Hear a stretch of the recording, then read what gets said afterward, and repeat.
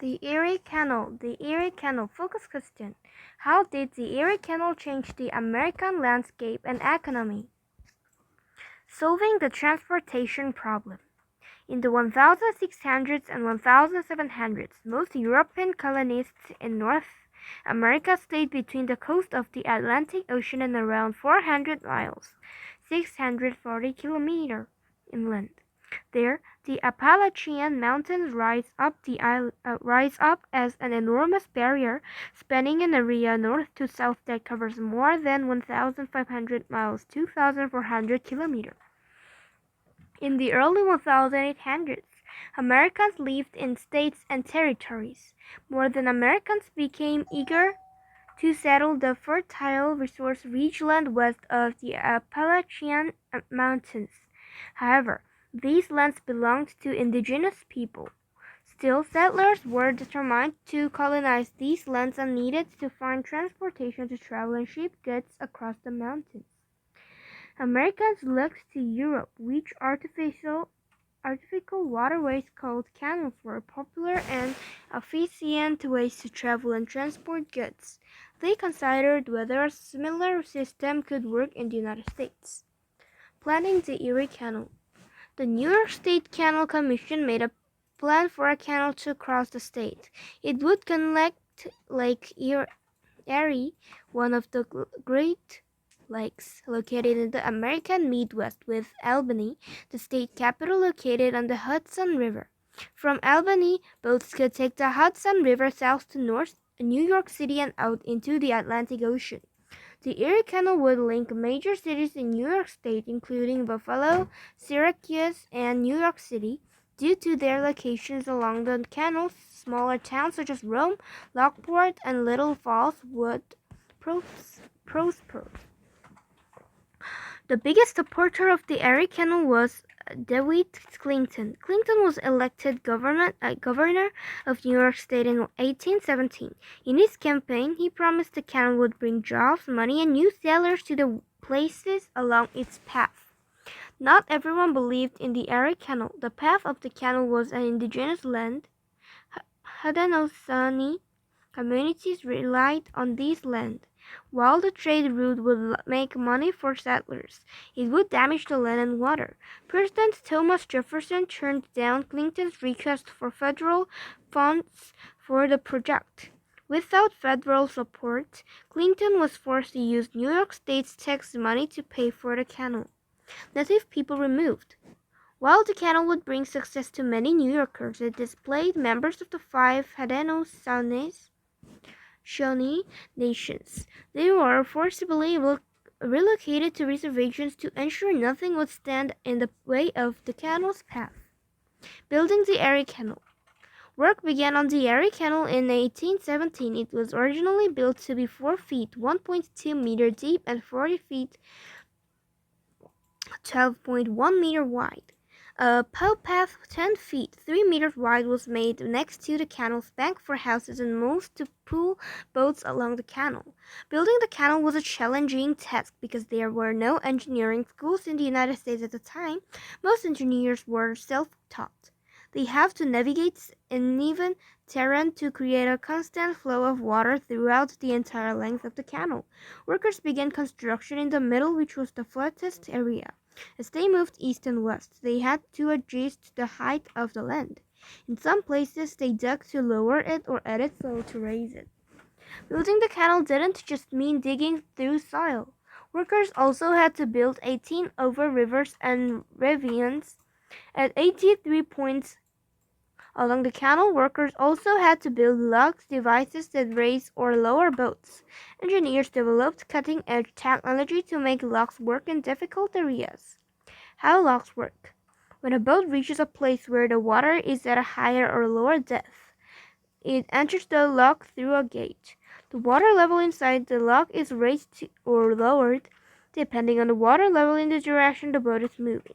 When the water levels match, a gate on the other side is opened, which allows the boat to continue sailing ahead. Clinton's Big Ditch.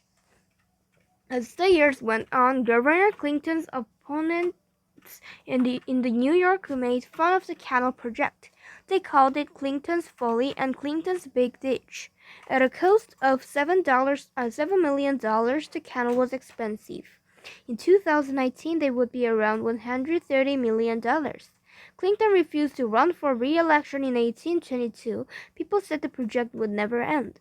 However, in 1825, workers finally finished the Erie Canal. That same year, Clinton was re-elected to the position of governor. For the grand opening of the canal in October 1825, Clinton led officials and supporters on a festive first trip down the canal's route. Starting on Lake Erie, the group of boats traveled on the canal to Albany. From there, they sailed along the Hudson River to New York City.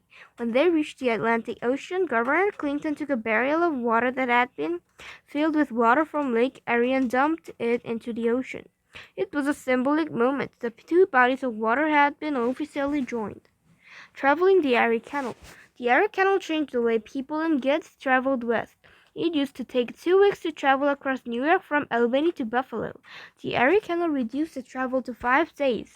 More settlers moved to the American Midwest and settled in the present days of Ohio, Michigan, Indiana, and Illinois. Settlers in these areas mostly became farmers. It was now easy and cheap to ship goods east from the Midwest, where there were many natural resources, including lumber, gravel, and rich land for growing crops. The Midwest became known as America's breakfast. The number of the bushels of wheat exported from the Midwest grew from 14,000 in 1826 to 8 million in 1840. The Erie Canal made it easier to ship goods from east to west too. Settlers in the Midwest now had access to goods they couldn't have obtained before, such as stoves, nails, clothes, and other basic supplies manufactured in industrial centers on the East Coast. Math Minute. Before the Erie Canal, it cost $100 to ship 1 ton of wheat from Ohio to New York City. After the canal was built, it cost approximately $10 for the simple shipment. How much more did it cost to ship 7 tons of wheat before the canal was built? People used the Erie Canal for many than just shipping. It also changed travel in the United States. Tourists often traveled the canal for pleasure. They could lodge, dine, and ship in pocket boats. Houses and mules led the boats along the towpath at a slow speed, around 4 miles per hour, 6 kilometers per hour. Passengers could even get off a stall and then catch up with their boat later. It cost 4 cents per mile, 1.6 kilometers to travel by pocket boat. The price included tools, meals, and a bed. Tolls helped pay back what it cost to build the canal. Due to the canal's success, workers widened the canal to 70 feet, 21 meters, and deepened it to 7 feet, 2 meters in 1862. Then in the early 1800s, workers built a new larger canal to accommodate giant barges carrying tons of goods. The new canal used parts of the original Erie Canal route. By the 1850s, though, people found other ways to transport goods. Railroads, trucks, and highways made it faster and cheaper to ship goods by train or truck. The Erie Canal instead became a popular tourist attraction mostly used by leisure boaters. Several museums and educational sites entertain visitors along its banks today. A lasting innovation. Between 1820 and 1850, the pollution of New York City quadrupled, and the Erie Canal was a central reason for its growth.